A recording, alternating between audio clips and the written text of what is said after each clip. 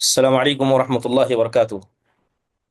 الحمد لله رب العالمين، والصلاة والسلام على سيد الأنبياء والمرسلين نبينا محمد وعلى آله وصحبه أجمعين. يقول الله سبحانه وتعالى: ومكروا مكرا ومكرنا مكرا وهم لا يشعرون. معزز و محترم عزیز طلبہ اور طالبات، الحمدللہ اللہ کے فضل و کرم سے عقیدے کے دروس آپ کے سامنے چل رہے ہیں، اور ما سبق درس کے اندر بڑی تفصیل سے اللہ تبارک و تعالیٰ پر توکل کرنے کا حقیقی مطلب، اس کا معنی اور مفہوم، اور اس کے اندر بنیادی چیزیں کیا ہو سکتی ہیں، اس کی طرف ہلکا اشارہ کیا گیا تھا۔ انشاءاللہ تعالیٰ آج کے سبق میں اس کے بعد والا باب کا ذکر کیا جائے گا۔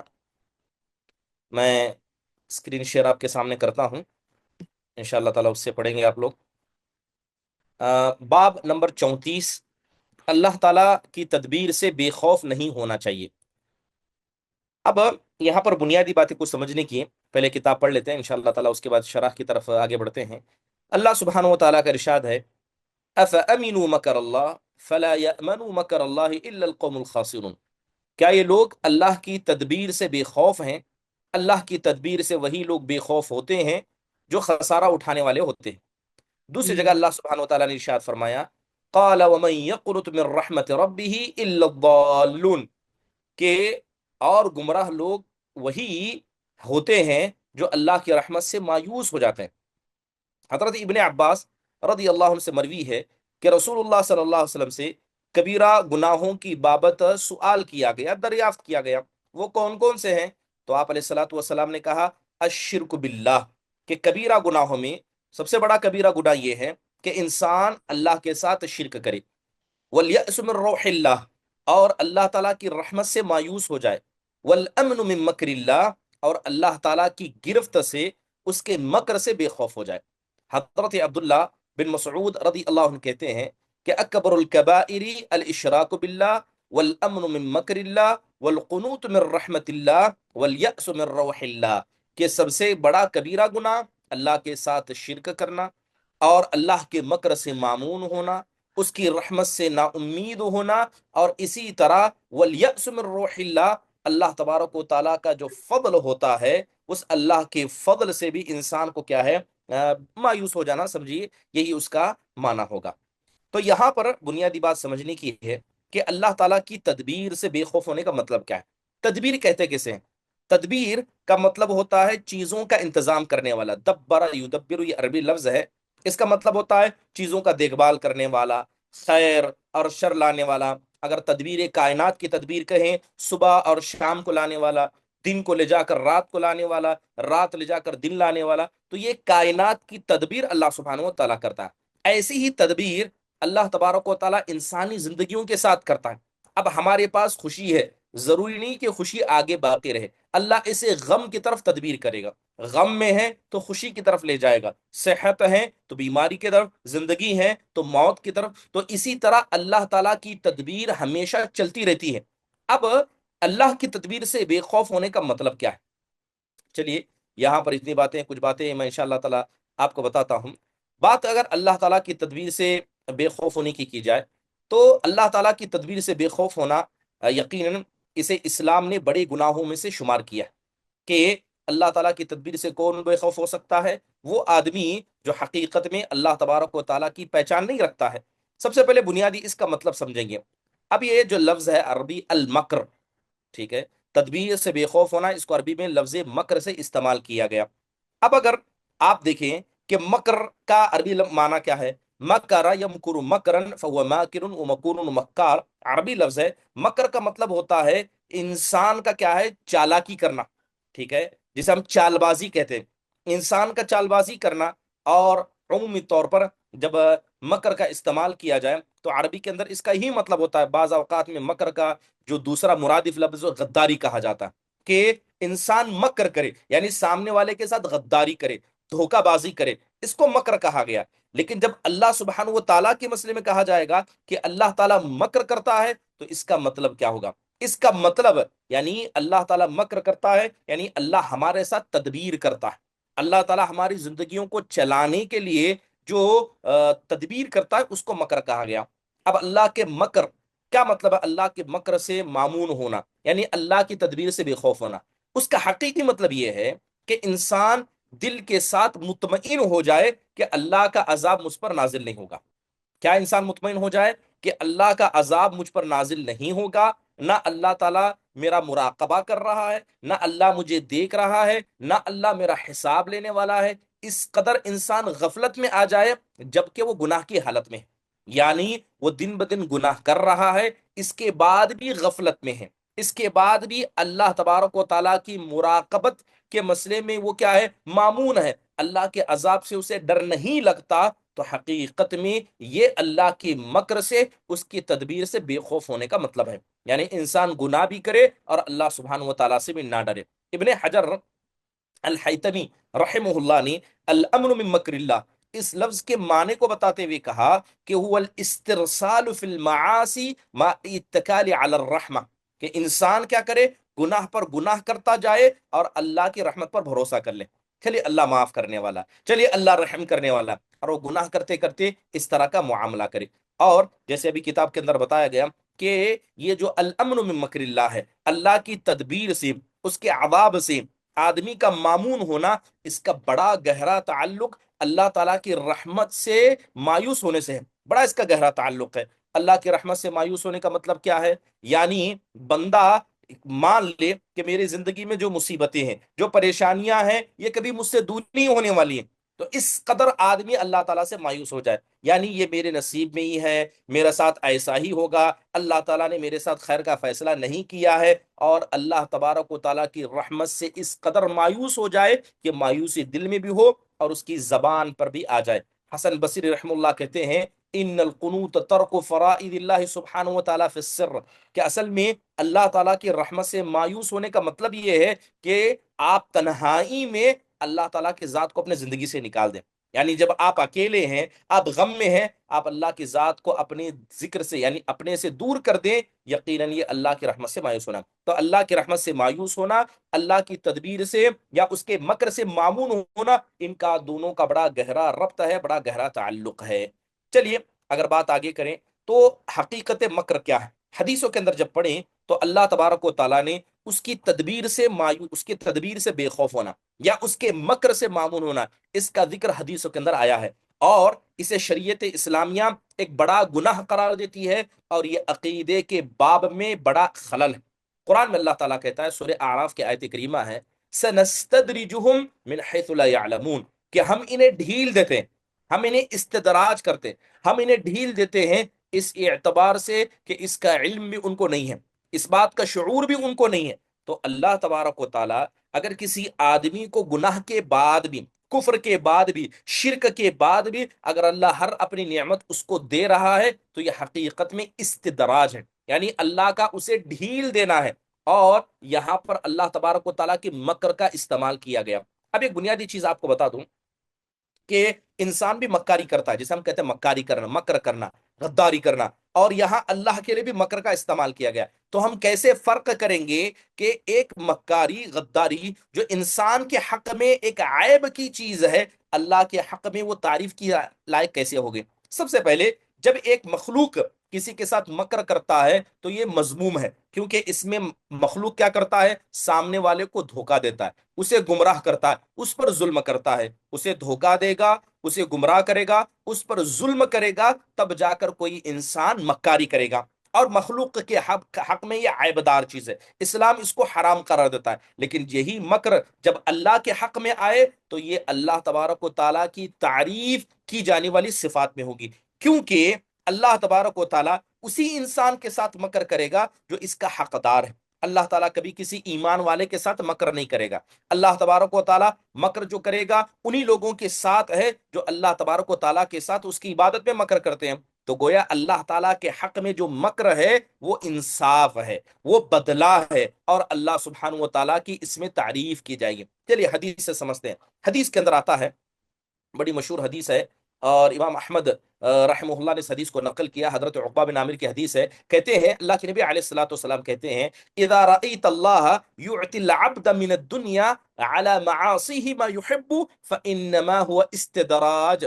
ثم تلا رسول الله صلى الله عليه وسلم فلما نسوا ما ذكروا به فتحنا عليهم أبواب كل شيء حتى إذا فرحوا بما أوتوا أخذناهم بغتة فإذا هم مبلسون. اللہ سبحانہ و تعالیٰ ارشاد فرماتا ہے، یعنی اللہ کے نبی علیہ الصلوۃ والسلام کہتے ہیں کہ جب کسی تم اللہ کے ایسے بندے کو دیکھو کہ وہ گنہگار ہے، اس کے بعد بھی جو وہ مانگ رہا ہے اللہ اسے دنیا میں دے رہا ہے، یعنی انسان گنہگار بھی ہے، اس کے بعد بھی اللہ دنیا کے اندر ہر اس کی پسندیدہ چیز سے دے رہا ہے، انما ہوا استدراج، تو یہ اللہ تعالیٰ کی طرف سے اسے ڈھیل دی جا رہی ہے. پھر آپ نے قرآن کی آیت کریمہ پڑھی کہ جب ان لوگوں نے اللہ کے ذکر کو بھلا دیا تو ہم نے زمین کے سارے دروازے ان کے لیے کھول دیے، یہاں تک کہ جب وہ خوش ہو گئے کہ ساری دنیا تو ہماری مٹھی میں ہے، اچانک اللہ تعالیٰ نے کو پکڑ لیا اور وہ عذاب میں، اللہ سبحانہ و تعالیٰ کے اس عذاب میں مبتلا ہو کر رہ گئے. تو یہ حدیث اللہ تبارک و تعالیٰ کے مکر سے مامون ہونا،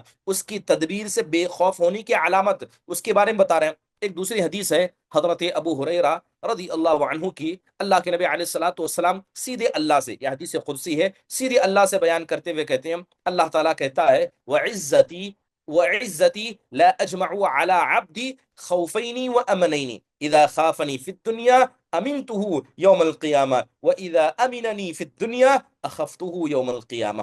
اللہ تعالیٰ کہتا ہے، حدیث قدسی ہے، اللہ کے نبی بیان کرتے ہیں کہ اللہ تعالیٰ کہتا ہے کہ میری عزت کی قسم کہ میں اپنے بندوں پر کبھی بھی ایک وقت میں دو خوف اور دو امن کو ایک ساتھ نہیں ڈالوں گا. جب کوئی بندہ دنیا میں مجھ سے ڈرے گا تو قیامت کے دن میں اس کو امن کی حالت میں لا کر رکھ دوں گا، اور جو دنیا میں مجھ سے معمون ہوا، یعنی دنیا میں مجھ سے نہیں ڈرا، نہ میری عذاب سے، نہ میری پکڑ سے، گناہ کرنے کے بعد گناہ کی منحوسیت سے بھی نہیں ڈرا، اخفتہ یوم القیامہ، تو قیامت کے دن مجھے خوف میں مبتلا کروں گا. تو یہ حدیث صاف بتاتی ہے کہ اللہ تبارک و تعالیٰ کا عذاب اور اس سے ڈرنا اور اس کے مکر سے ڈرنا.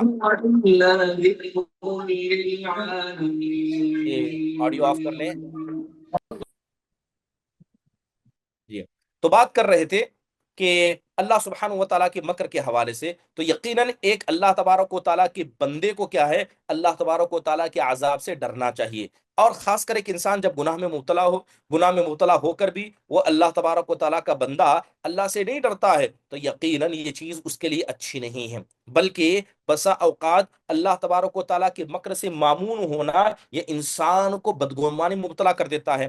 بدگمانی اس قدر سے کہ اللہ تبارک و تعالیٰ تو مجھے پکڑے گا نہیں، میں جو کر رہا ہوں صحیح ہے، میں جو یعنی جس حالت میں ہوں وہ حالت سب سے بہتر ہے. اور یاد رکھیے یہ اللہ تعالیٰ کا قانون ہے کہ اللہ گناہ کے بعد بھی کسی انسان کو نعمتیں نہیں دیتا ہے، مگر وہ اللہ تبارک و تعالیٰ کی طرف سے کیا ہوتا ہے، ڈھیل ہوتا ہے. چلیے آپ بات کریں، یہاں اکثر آپ ذکر کر رہے ہوں گے کہ اللہ تبارک و تعالیٰ کے مکر سے یا اس کی تدبیر سے معمون ہونے کی بات آ رہی ہے تو جگہ جگہ اللہ کے ڈر کا ذکر آ رہا ہے. تو اس کا مطلب یہ ہے کہ اللہ تبارک و تعالیٰ سے ڈرنے کا جو بہت سارے شعبے ہیں، ان میں ایک شعبہ یہ بھی ہے کہ اللہ کا ڈر اس کے عذاب سے بھی ہونا چاہیے، کہ انسان کو ڈرنا چاہیے کہیں اللہ تبارک و تعالیٰ اسے عذاب میں مبتلا نہ کرے، کہیں اللہ تعالیٰ اسے گمراہ نہ کر دے، جیسے کہ اس سے پہلے ذکر کیا گیا.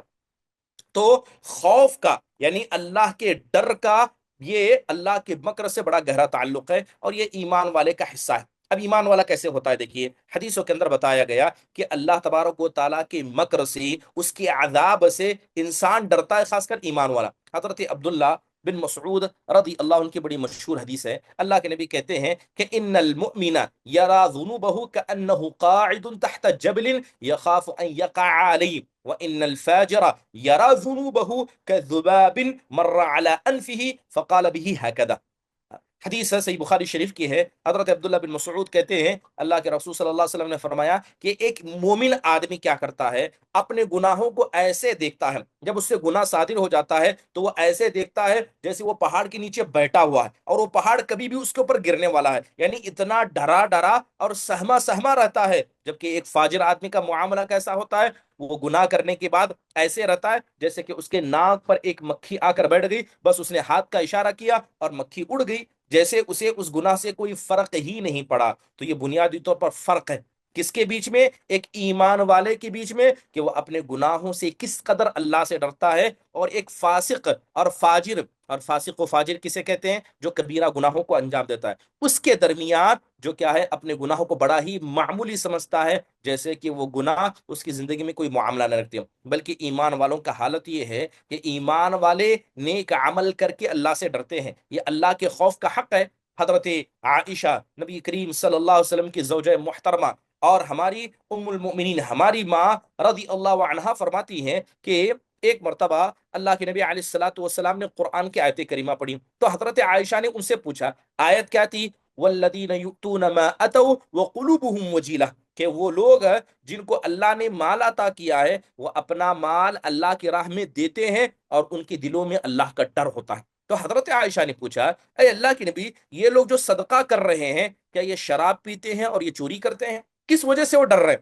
یعنی نیکی کر کے ڈرنے کا تو مطلب کوئی ہے نہیں، یعنی یہ نیکی بھی کر رہے ہیں، ہو سکتا ہے کہ شراب پی رہے ہیں، ہو سکتا ہے کہ چوری کر رہے ہیں، اس لیے وہ اللہ سے ڈر رہے ہیں۔ تو کہا لا یا بنت الصدیق، اللہ کے نبی کہتے ہیں اے صدیق کی بیٹی، ایسا مسئلہ نہیں ہے، یہ گناہ نہیں کر رہے ہیں، بلکہ یہ روزہ رہتے ہیں، یہ نماز پڑھتے ہیں، یہ صدقہ کرتے ہیں اور اللہ سے ڈرتے ہیں کہیں اللہ ان کے گناہوں کو قبول نہ کرے، کہیں اللہ ان کے گناہ کو رد نہ کر دے۔ تو یہ ڈر یقیناً اللہ کے مکر سے ڈر ہے۔ قرآن میں اللہ کہتا ہے اولئک یسارعون فی الخیرات وهم لها سابقون، کہ حقیقت میں خیر کے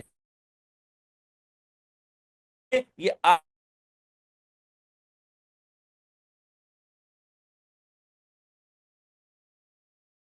تعالیٰ نیک عمل کر کے بھی اللہ کے مکر سے، اس کی تدبیر سے، اس کے عذاب سے ڈرتا ہے۔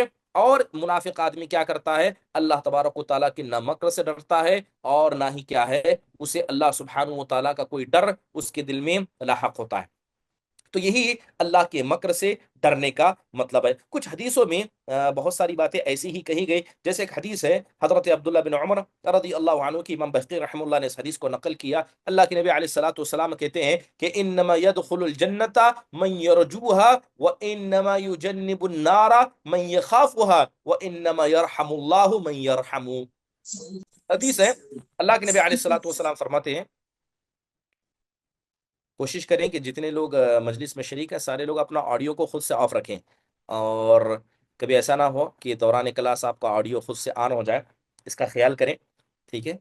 تو ہم گفتگو کر رہے تھے حدیث کے بارے میں، تو امام بہقی رحم اللہ کی حدیث میں نے ابھی ذکر کی، اللہ کے نبی علیہ الصلوۃ والسلام اس حدیث کے حوالے سے کہتے ہیں، حدیث کیا ہے کہ انما يدخل الجنت من يرجوها، اللہ کے نبی کہتے ہیں کہ جنت میں وہ داخل ہوگا جس کو جنت کی امید ہے، اور جہنم سے وہ بچے گا جس کو جہنم سے بچنے کا خوف لگا ہوا ہے، اور اللہ رحم ان پر کرے گا جو اللہ کے بندوں پر رحم کرتا ہے۔ تین باتیں حدیث کے اندر بتائے گی، یعنی جنت اللہ اسے دے گا جو اللہ تعالیٰ سے جنت کی امید رکھتا ہے، اللہ جہنم سے اسے بچائے گا جو اللہ تبارک و تعالیٰ سے جہنم سے بچنا چاہتا ہے، اور اللہ رحم اس پر کرے گا جو اللہ کے بندوں پر رحم کرتا ہے۔ سبحان اللہ۔ تو اس کا مطلب یہ ہوا کہ انسان ہمیشہ اللہ سبحانہ و تعالیٰ کے مسئلے میں اپنی ذات کو، اپنی ایمان کو زندہ رکھے گا۔ اگر کسی آدمی کا ایمان زندہ نہیں ہے، وہ بس عمل کر رہا ہے، نہ اسے جنت کی خواہش ہے، نہ اسے جہنم سے بچنے کا خوف ہے، نہ وہ اللہ سبحانہ و تعالیٰ سے اس مسئلے میں دعا کرتا ہے، نہ اس کے دل میں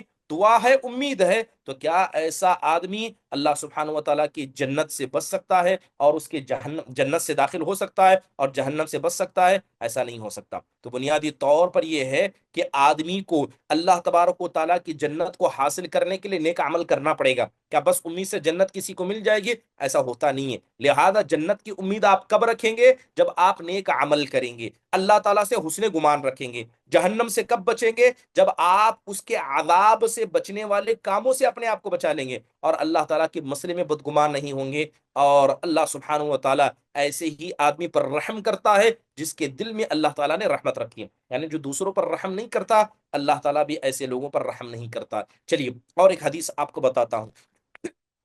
جو اسی کا ذکر کرتی ہے۔ حدیث کے اندر اللہ کے نبی نے کہا کہ لا یلج النار احد بکا من خشیت اللہ حتى يعود اللبن في الضرع ولا يجتمع غبار في سبيل الله ودخان جہنم في منخر امرئ ابدا۔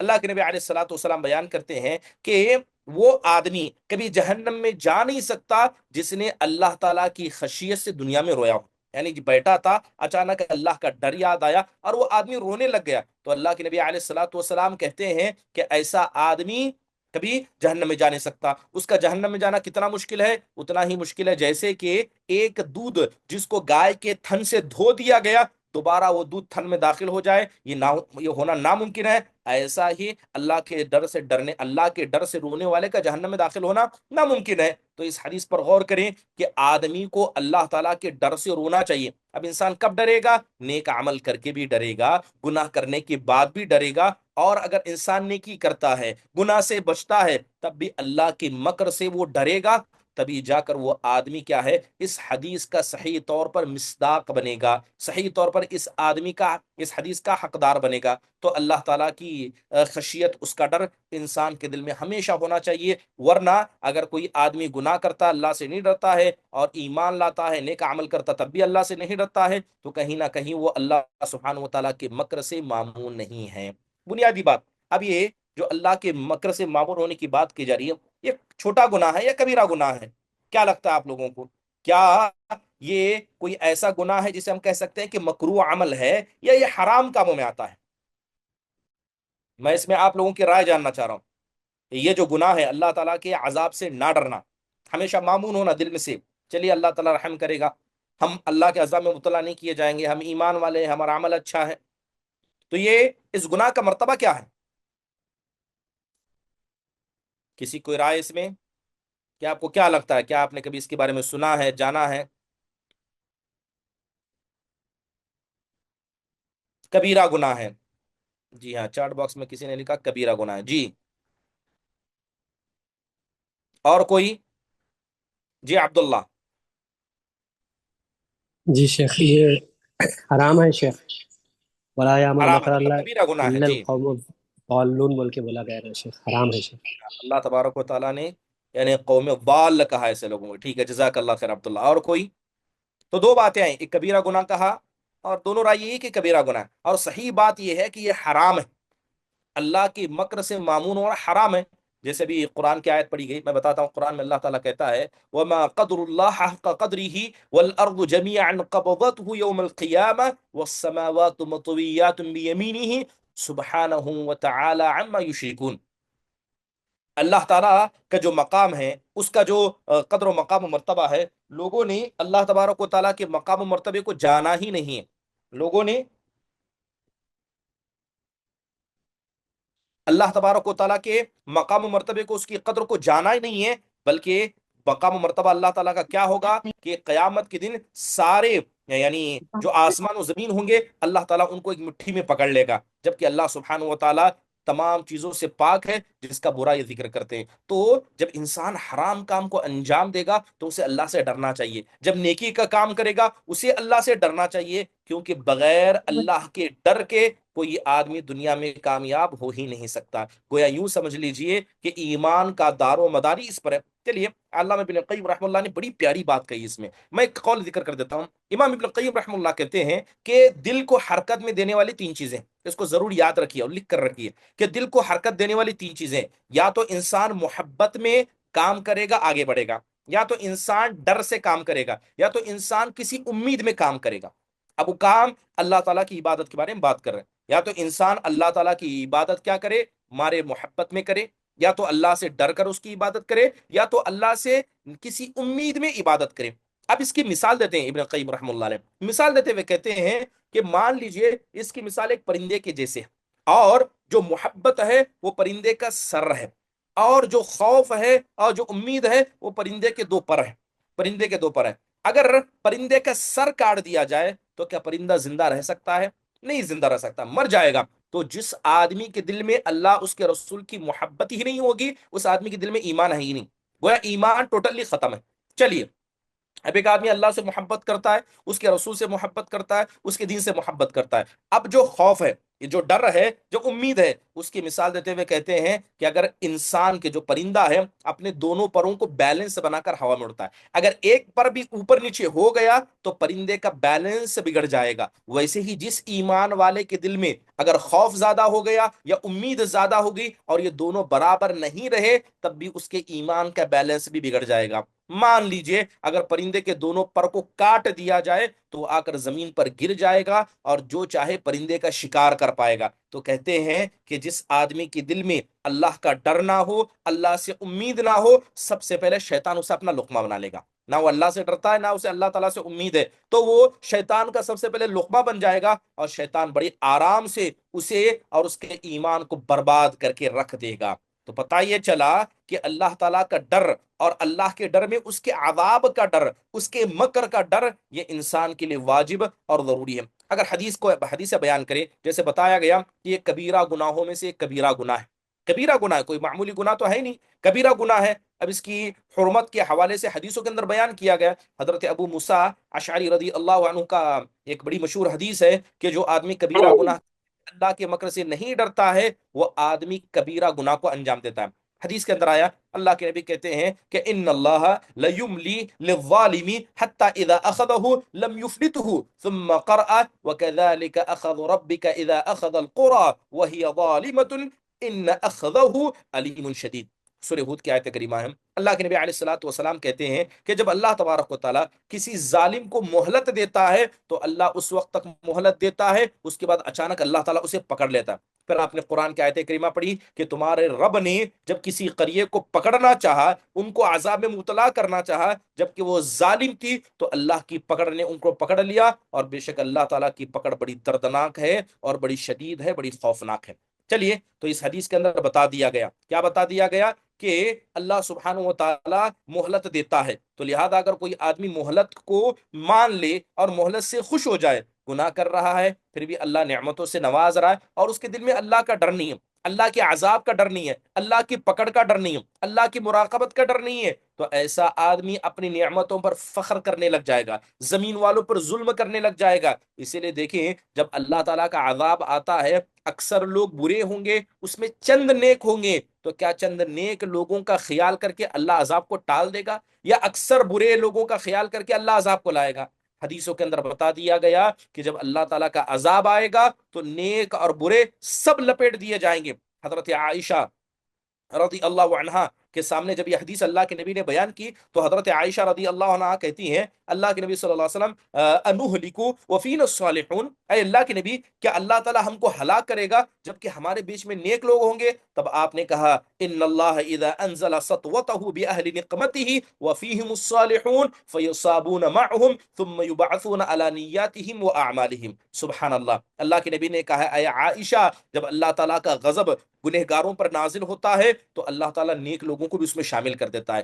ہاں، بس فرق یہ ہوگا کہ جو مصیبت گنہگاروں پر آئی ہے وہی نیک لوگوں پر آئے گی، لیکن جب قیامت کے دن اٹھائے جائیں گے تو لوگ اپنی نیتوں اور اپنے اعمال کے اعتبار سے اٹھائے جائیں گے۔ تو اس کا مطلب یہ ہوا کہ ایک ایمان والا، جو ایمان والا ہے، عقیدے میں صحیح ہے، اعمال میں صحیح ہے، اخلاق میں صحیح ہے، اس کے بعد بھی اگر اللہ تعالیٰ کا عذاب آئے تو اللہ کے عذاب سے بچ نہیں سکتا، یہ اللہ کا قانون ہے۔ سبحان اللہ، آج دنیا کے اندر ہم دیکھتے ہیں کہ گناہوں کی اتنی زیادہ کثرت ہے اور چند نیک لوگ جو نمازوں کے پابند ہیں، اللہ تعالیٰ دل کے تقوی کو، اس کی پرہیزگاری کو بہتر جانتا ہے، لیکن جو ظاہری اعمال جسے ہم اسلام کہتے ہیں، وہ جو ظاہر نظر آتا ہے اس پر ہی بہت سارے لوگ خوش نظر آتے ہیں، کہا چلے الحمدللہ اتنے سارے برے ہیں، ہم نیک کام کر رہے ہیں۔ نہیں، انسان کو ڈرنا چاہیے، جب اللہ تعالیٰ کا عذاب گناہوں کی کثرت کی وجہ سے آئے گا تو اس عذاب میں اچھے اور برے سب لپیٹ دیے جائیں گے۔ اللہ تبارک و تعالیٰ کسی پر اس وقت رحم نہیں کرے گا، بس فرق اتنا ہوگا کہ اللہ سبحانہ و تعالیٰ کیا ہے، لوگوں کو ان کی نیتوں کے اعتبار سے اٹھائے گا۔ بنیادی طور پر اگر آپ کے سامنے کہا جائے کہ اللہ تعالیٰ کی مکر سے نہ ڈرنا یہ کبیرہ گناہوں میں سے ہے، اگر آپ سے پوچھا جائے یہ بتائیے کہ اللہ تبارک و تعالیٰ کے مکر سے کس کو نہیں ڈرنا چاہیے؟ ایک ایک ایسی مخلوق جو اللہ تعالیٰ کے مکر سے معمون ہو سکتی ہے، جن کے بارے میں اللہ تبارک و تعالیٰ نے اعلان کیا ہے کہ اللہ ان کو عذاب میں مبتلا نہیں کرے گا، اس میں سب سے پہلے فرشتوں کی ذات آتی ہے. کہیں بھی قرآن و حدیث میں ذکر ہے کہ اللہ سبحانہ و تعالیٰ فرشتوں کو عذاب میں ڈالے گا, کہیں اللہ تعالیٰ ان پر عذاب نازل کرے گا, کہیں ذکر نہیں پائیں گے. اسی طرح اللہ تعالیٰ جب بھی عذاب دنیا میں آتا ہے تو زمین کے اندر بھی ایک ایسی مخلوق ہوتی ہے جنہیں اللہ سبحانہ و تعالیٰ کیا کرتے ہیں, بچا لیتے ہیں. وہ کون ہوتے ہیں؟ انبیاء کی ذات ہوتے ہیں. اب فرشتے ہیں اور انبیاء علیہ الصلوۃ والسلام کی ذات ہے, یہ ایسی دو مخلوق ہیں جنہیں اللہ تعالیٰ نے اپنے عذاب سے معمون کر دیا. لیکن اس کے بعد بھی کیا وہ اللہ سے نہیں ڈرتے ہیں؟ کیا اس کے بعد بھی وہ اللہ کے مکر سے, اس کے عذاب نازل کرنے سے نہیں ڈرتے ہیں؟ آپ تصور کیجئے کہ جن مخلوق کے بارے میں اللہ نے فیصلہ کر دیا ہے کہ اللہ ان کو اپنے عذاب میں مبتلا نہیں کرے گا, اس کے بعد بھی سبحان اللہ یہ مخلوق جس میں فرشتے اور اللہ تبارک و تعالیٰ کی معزز اور مقدس ہستیاں, اللہ تعالیٰ کی انبیاء اس کے رسول ہیں, یہ اللہ تعالیٰ کے عذاب سے ڈرتے ہیں. بنیادی طور پر چند باتیں بتاؤں. آپ جانتے ہیں حضرت جبرائیل علیہ الصلوۃ والسلام کو, آپ نے ان کے بارے میں سنا ہے, کوئی معمولی فرشتے ہیں؟ جی نہیں, یہ کوئی معمولی فرشتے نہیں ہیں. اللہ تبارک و تعالیٰ نے ان کو 600 پر عطا کیے. 600 پر, یہ کوئی معمولی چیز نہیں ہے. فرشتوں کے سردار ہیں اور اللہ سبحانہ و تعالیٰ کے سب سے قریبی ہیں. یعنی اللہ تبارک و تعالیٰ کے سب سے مقرب اور قریبی کوئی فرشتہ ہے تو وہ کون ہے؟ حضرت جبرائیل امین ہے. ان کا زمین میں آنا اور زمین میں ان کا اترنا, اللہ سبحانہ و تعالیٰ نے اس کو برکت کا باعث قرار دیا, رحمت کا باعث قرار دیا. لیکن اس کے بعد بھی حضرت جبرائیل علیہ الصلوۃ والسلام کے ڈر کی بات کی جائے, آپ کے خوف کی بات کی جائے, کیا حضرت جبرائیل علیہ الصلوۃ والسلام اللہ تعالیٰ سے نہیں ڈرتے تھے؟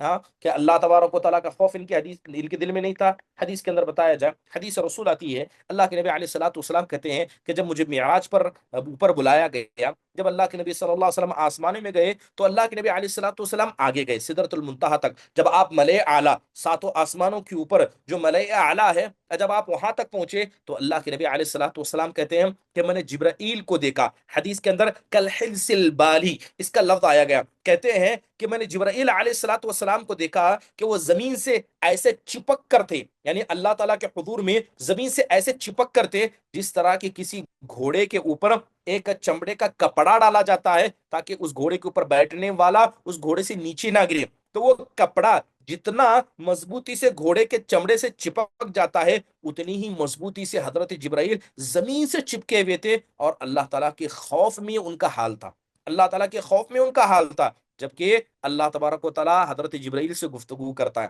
اللہ کا پیغام زمین پر لاتے ہیں, سب سے بڑے فرشتے ہیں, اس کے بعد بھی اللہ کے مکر سے, اللہ کے عذاب سے یہ معمول نہیں. اللہ کے عذاب کا ڈر ان کے دل میں محسوس ہوتا ہے. سبحان اللہ, کتنی عظیم یہ نعمت ہے, یہ عبادت ہے. آپ نے ایک نہیں مقرب, بولوں میں بولا آپ نے دابو آن گو تھرو. آڈیو آف کر لیں. اللہ سبحانہ و تعالیٰ کا یہ جو ڈر ہے یقیناً یہ انسان کو معزز بنا دیتا ہے. تصور کریں اللہ سبحانہ و تعالیٰ کے فرشتوں کا ذکر ہے. ایک مرتبہ اللہ کے نبی علیہ الصلوۃ والسلام نے میکائیل کو دیکھا تو آپ علیہ الصلوۃ والسلام نے حضرت جبرائیل سے پوچھا کہ ما ارا میکائیل ضاحکا قط, آپ نے کہا کہ کیا وجہ ہے کہ میکائیل کو کبھی میں ہنستا دیکھتا نہیں ہوں, یعنی حضرت میکائیل ہمیشہ ڈر اور خوف میں لگے رہتے ہیں, کیا وجہ ہے کہ میں نے ان کو کبھی ہنستا نہیں دیکھا؟ تو اس وقت اللہ کے نبی علیہ الصلوۃ والسلام نے بڑی پیاری بات کہی. اللہ کے نبی علیہ الصلوۃ والسلام کہتے ہیں کہ جب سے اللہ سبحانہ و تعالیٰ نے جہنم کو پیدا کیا ہے اس کے بعد سے میکائیل کبھی ہنسے ہی نہیں ہے, اس کے بعد سے میکائیل کبھی ہنسے ہی نہیں ہے. گویا میکائیل کو ڈر رہے کہیں اللہ تعالیٰ ان کو اس جہنم میں نہ ڈال دے. سبحان اللہ, یہ کون سی مخلوق ہے؟ یہ اس روئے زمین کی ایسی مخلوق ہے جس کے بارے میں اللہ نے اعلان کرتے ہوئے کہا لا یعصون اللہ ما امرهم ویفعلون ما یؤمرون, یہ اتنے معزز ہیں, اتنے مقرب ہیں کہ کبھی اللہ تعالیٰ کی نافرمانی نہیں کرتے. یہ وہی کرتے ہیں جو اللہ تبارک و تعالیٰ انہیں حکم دیتا ہے, اس کے بعد بھی اللہ تعالیٰ کا ڈر ان کے دلوں میں ایسا موجود ہے. آپ نے سنا ہوگا سور پھونکنے والے فرشتے کے بارے میں, اللہ کے نبی علیہ الصلوۃ والسلام نے دیکھا کہ سور پھونکنے والا فرشتہ اپنی نگاہ کو عرش کی طرف گاڑ کر ہے, اپنی نگاہ کو عرش کی طرف لگا کر ہے, وہ ایک لمحے کے لیے بھی اپنی نگاہ کو ادھر ادھر نہیں کرتے. تو آپ نے وجہ پوچھی کہ یہ جو صاحب سور ہیں یہ اپنی نگاہ کو عرش کی طرف گاڑ کر کیوں رکھے ہیں؟ تو حضرت جبرائیل نے بتایا کہ وہ اللہ تعالیٰ کے فیصلے کا انتظار کر رہے ہیں, کہیں ایسا نہ ہو کہ ہلکی سی نگاہ ادھر ہو جائے, اللہ کا فیصلہ آ جائے اور بس ایک لمحے بھر کے لیے وہ اللہ تعالیٰ کے فیصلے کو نافذ کرنے میں پیچھے ہٹ جائے، لہذا صرف اسی ڈر سے وہ برابر اپنی نگاہوں کو اللہ سبحانہ و تعالیٰ کی عرش کی طرف لگا کر رہے، ٹک ٹکی باندھ کر رہے۔ سبحان اللہ، یہ کس مخلوق کا حال ہے؟ یہ اس مخلوق کا حال ہے جو روئے زمین کے سب سے مقدس مؤمنین میں جن کا شمار ہوتا ہے، اور یہ اللہ تبارک و تعالیٰ کے فرشتے ہیں۔ یقین جانی، یقین یہ اللہ تبارک و تعالیٰ کے مکر سے ڈرنا، اللہ تبارک و تعالیٰ کے مکر سے ڈرنا، یہ ایمان والوں کا شیوا ہے۔ ایمان والے اسی سے ڈرتے ہیں۔ اللہ کے نبی علیہ الصلوۃ والسلام کی بات کی جائے، کیا اللہ تعالیٰ نے آپ کے اگلے پچھلے گناہوں کو معاف نہیں کیا تھا؟ کیا اللہ تبارک و تعالیٰ نے آپ کے بارے میں اعلان نہیں کر دیا کہ جنت میں سب سے پہلے آپ اپنے جسم اور روح کے ساتھ داخل ہوں گے، سب سے پہلے پل صراط پر آپ چلیں گے، قیامت کے دن ساری انسانیت کے لیے آپ شفاعت کریں گے؟ سب اپنی جگہ، لیکن اس کے بعد بھی اللہ کے نبی اللہ کے عذاب سے ڈرا کرتے تھے۔ بڑی مشہور حدیث ہے کہ ایک مرتبہ اللہ کے نبی علیہ الصلوۃ والسلام نے صحابہ کو دیکھا کہ مارے خوشی کے صحابہ اکرام کیا ہے، بلند آواز سے اللہ تعالیٰ کی تعریفیں بیان کر رہے تھے، تعریفیں بیان کر رہے تھے۔ تو اللہ کے نبی علیہ الصلوۃ والسلام نے وجہ پوچھی تو صحابہ نے آسمان کی طرف دکھایا کہ بادل آ رہے ہیں، رحمت کے بادل آ رہے ہیں، خوشی کے بادل آ رہے ہیں۔ جیسے ہی اللہ کے نبی نے ان بادلوں کو دیکھا، آپ کا چہرہ بدل گیا۔ اللہ کے نبی جب غصہ ہوتے آپ کا چہرہ لال ہو جاتا، یا تو اللہ کے نبی علیہ الصلوۃ والسلام جب ناراض ہوتے آپ کا چہرہ لال ہوتا، کیونکہ آپ کا چہرہ سچا تھا۔ دل میں خوشی ہوتی چہرے پر نظر آتی، دل میں غم ہوتا چہرے پر نظر آتا۔ تو اللہ کے نبی صلی اللہ علیہ وسلم کا چہرہ خوف میں مبتلا ہو گیا۔ آپ گھر میں داخل ہوئے، حضرت عائشہ نے پوچھا، اے اللہ کے نبی، یہ تو رحمت کے بادل ہے، اس سے ڈرنے کا کیا مسئلہ ہے، اس سے گھبرانے کی کیا بات ہے؟ تو اللہ کے نبی نے کہا، اے عائشہ، کیا تم اللہ کی خوف سے مامون ہو گئی کہ یہی وہ بادل تھے جس کے اندر اللہ تعالیٰ نے عذاب رکھ کر عاد و سمود کو ہلاک و برباد کیا تھا؟ تو عاد و سمود کو اللہ نے انہی بادلوں میں عذاب رکھ کر بھیجا تھا۔ کیا اس اللہ کے عذاب سے مجھے ڈرنا نہیں چاہیے؟ کیا ہم مامون ہو گئے کہ اللہ تعالیٰ ہم کو ہلاک نہیں کرے گا؟ سبحان اللہ، یہ جناب محمد الرسول اللہ صلی اللہ علیہ وسلم کا حال تھا۔ تو بنیادی طور پر بتانے کا مقصد یہ ہے کہ اللہ کے مکر سے مامون ہونا، اس کے عذاب سے نہ ڈرنا، یہ کبیرہ گناہوں میں سے ہے، اور اس کا بڑا گہرا تعلق عقیدے سے ہے۔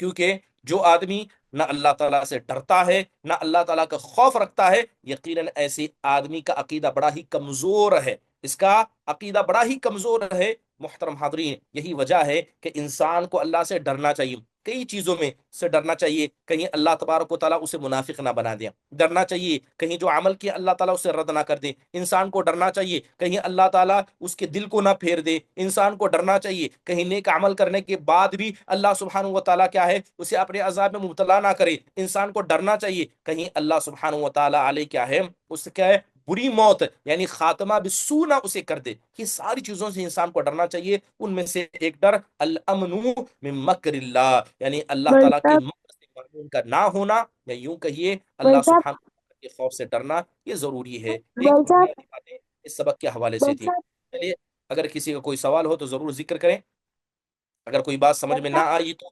الامن من مکر اللہ، الامن من مکر اللہ، اللہ تعالیٰ کے مکر سے مامون ہونا، یہ کبیرہ گناہوں میں سے ہے۔ جی،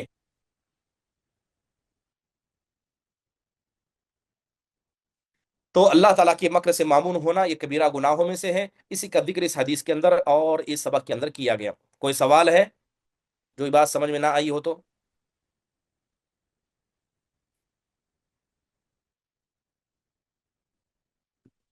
اگر کوئی گفتگو نہیں کرنا چاہتے چیٹ باکس میں بھیج سکتے ہیں۔ اگر کوئی بات نہ سمجھ میں آئے، سبق کے حوالے سے کوئی شک و شبہ ہو۔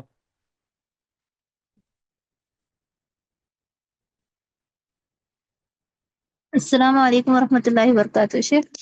اور السلام ورحمۃ اللہ وبرکاتہ۔ جی شیخ ایک سوال تھا۔ جی ہاں، جب کوئی شخص شدید ظلم کر رہا ہے، حالانکہ ہم اس سے دو چار یعنی کہ دور جانا چاہ رہے، تو بھی دل نہیں مان رہا ہے کہ اس کا ظلم کا بدلہ ہم ظلم سے ہی دیں، کیا ہم ایسے کنڈیشن میں ایسے ظلم کا راستہ اختیار کرنا چاہیے یا پھر اس اللہ تعالیٰ پر چھوڑ دینا چاہیے؟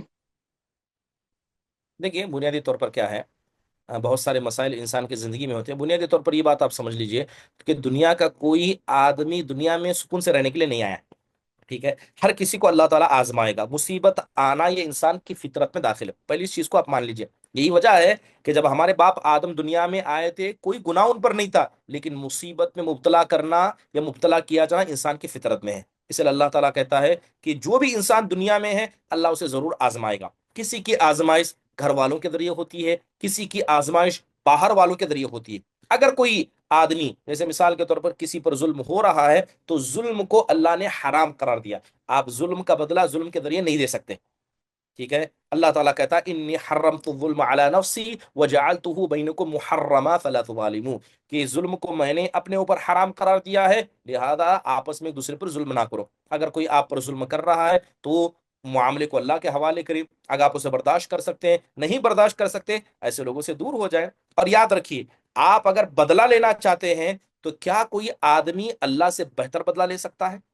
ہاں، اسی لیے کہتے ہیں کہ جو آدمی معاملات کو اللہ کے سپرد کر دیتا ہے، وَمَن يَتَوَكَّلْ عَلَى اللَّهِ فَهُوَ حَسْبُهُ، جو معاملات کو اللہ کے حوالے کر دیتا ہے اللہ اس کا بہترین کارساز ہے. تو اگر کوئی معاملہ کسی کے ساتھ ایسا ہوتا ہے اللہ کے حوالے کریں، ظلم کا بدلہ کبھی ظلم سے نہ لیں. اور یاد رکھیے کہ بسا اوقات ظلم ایسا ہوتا ہے کہ انسان کو برداشت بھی نہیں کرنا چاہیے. جب بات انسان کی عزت کی آئے، جب بات اس کے اکرام کی آئے، ورنہ بہت سارا ظلم بسا اوقات جسم پر ہوتا ہے، بہت سارا ظلم اگر گھریلو معاملات میں ہوتا ہے تو گھریلو معاملات کی اگر بات ہے تو انسان کو برداشت کر کے ہی رہنا چاہیے. یہی باتیں ہیں. جی، جی جزاک اللہ خیر شیخ. حیاک اللہ، مرحبا. کسی کا اور کوئی سوال ہے؟ السلام علیکم ورحمۃ اللہ وبرکاتہ. وعلیکم السلام ورحمۃ اللہ وبرکاتہ. مول صاحب ایک ڈاؤٹ ہے میرا، ایک جی. سے کوشچن آیا تھا میرے کو. تو ہوں. ابلیس کو پرماننٹ جہنم میں ڈالنے کا وجہ مین ریزن کیا ہے؟ تو تھوڑے گفتگو میرے کو معلوم ہے الحمدللہ کہ آدم علیہ السلام کو سجدہ کرو بولے تو نہیں کرا، تکبر سے تھا. ہوں. ایسے تھوڑے واقعہ میرے کو معلوم ہے.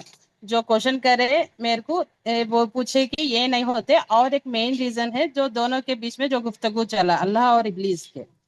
تو آپ ہوں. اس کا آنسر دے سکتے ایسا کیا؟ سوال مجھے آیا تھا، میں نے اس کا جواب بھی دیا تھا. بہرحال جب آپ نے پوچھ لیا ہے تو دیکھیے، سب سے پہلے اللہ تعالیٰ نے یہ جو معاملہ ہوا ہے نا، آسمان و زمین کو پیدا کرنے کا، ابلیس کو پیدا کرنے کا، اس کی تقدیر لکھ جی دی گئی تھی. کب لکھی تھی اللہ نے؟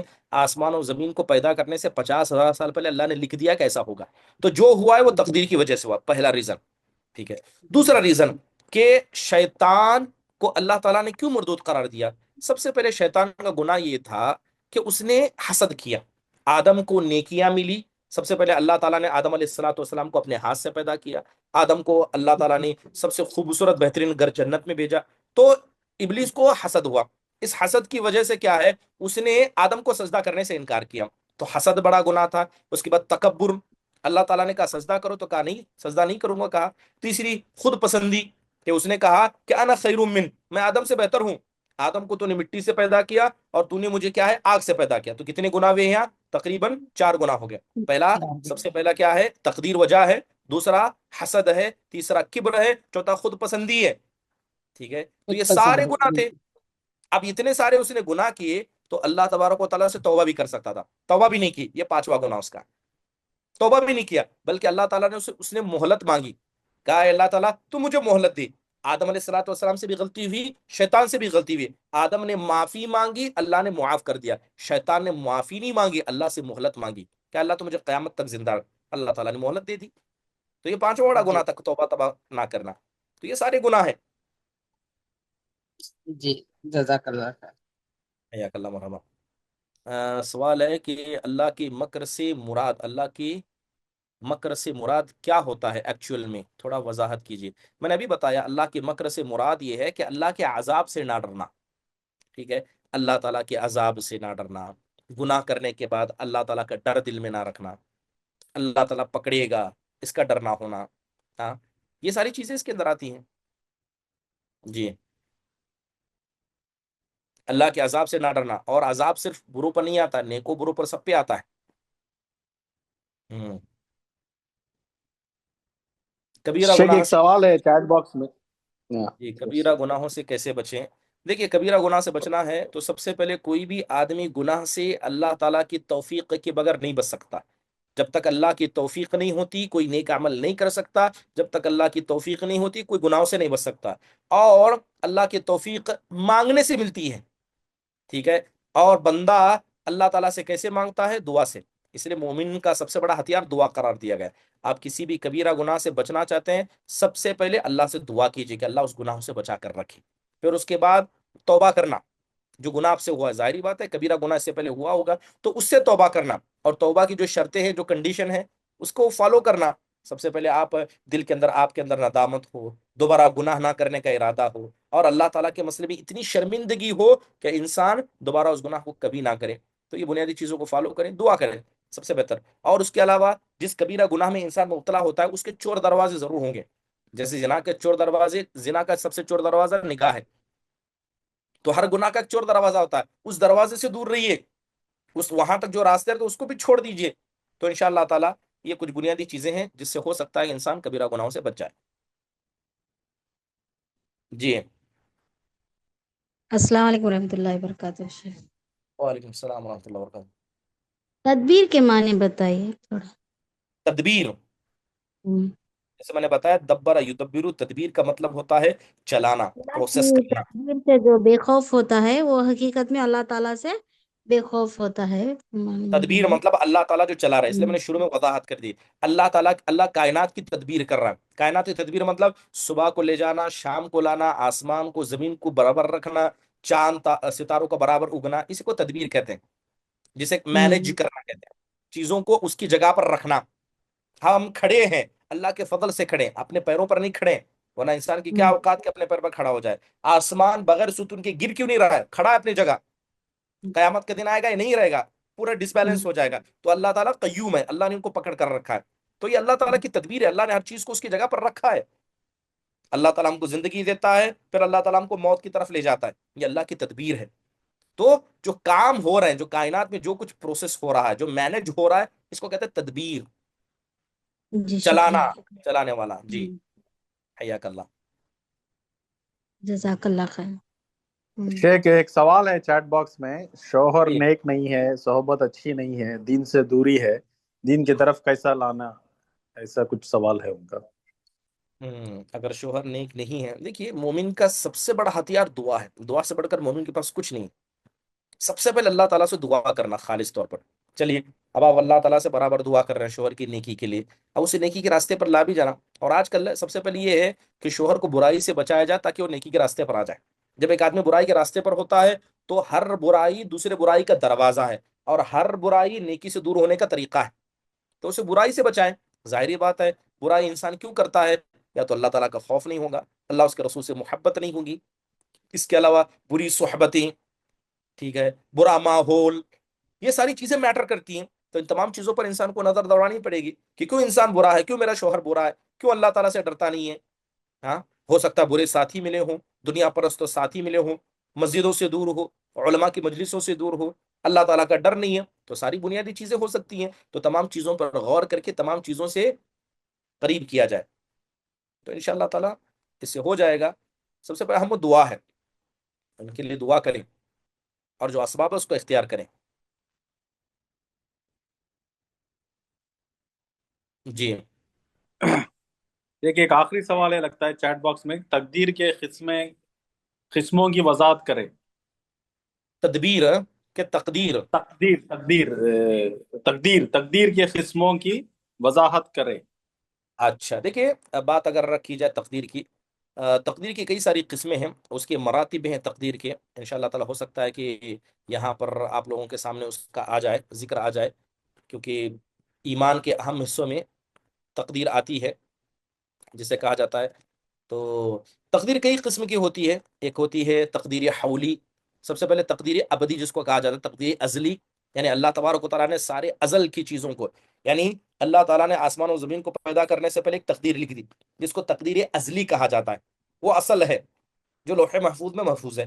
اس کے بعد ایک تقدیر ہوتی ہے جسے اللہ تبارک و تعالیٰ نے تقدیر عمری کہا جاتا ہے، یا تقدیر عمری کہا جاتا ہے۔ جب اللہ تعالیٰ نے ساری انسانیت کو پیدا کیا، خاص کر حضرت آدم کو پیدا کیا، آدم کی پیٹھ پر ہاتھ پھیرا، تو اللہ تعالیٰ نے جیسے ہی آدم کی پیٹھ پر ہاتھ پھیرا، ساری ذریت یعنی جتنے انسان آدم سے آنے والے تھے سب اکٹھا ہو گئے، سب کی روحیں ذرے کے مانند اکٹھا ہو گئی، تو اللہ تعالیٰ نے آدم سے کہا کہ اس میں جنتی اور جہنمیوں کو الگ کرو.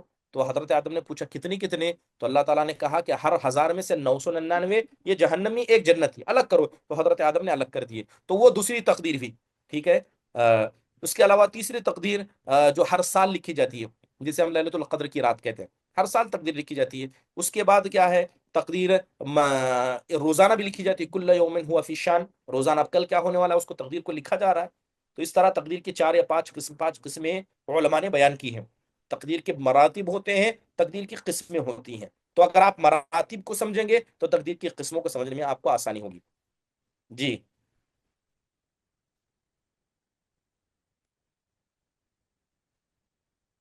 نوٹس کہاں ملیں گے؟ چیٹ باکس میں سوال آیا ہے کہ دیکھیے میرے پاس کوئی خاص نوٹس نہیں ہے. ٹھیک ہے. کچھ چیزیں میرے سامنے ہوتی ہے، کچھ چیز ذہن میں ہوتی ہے، تو میں آپ کے سامنے بول دیتا ہوں. نوٹس آپ کو بنانے پڑیں گے. میرے پاس کوئی خاص نوٹس نہیں، جو کتاب ہے وہی ایک ہمارے پاس اثاثہ ہے. اس کے علاوہ کوئی نوٹس الگ سے میرے پاس لکھا ہوا نہیں ہے. تو نوٹس آپ کو بنانے پڑیں گے. اس لیے میں نے شروع میں ہی اس بات کا ذکر کیا تھا کہ قید العلم بالکتابہ، کہ علم کو لکھ کر محفوظ کیا جاتا ہے. تو جو باتیں پڑھائی جا رہی ہیں اسے آپ کو قلم بند کرنا پڑے گا، لکھنا پڑے گا.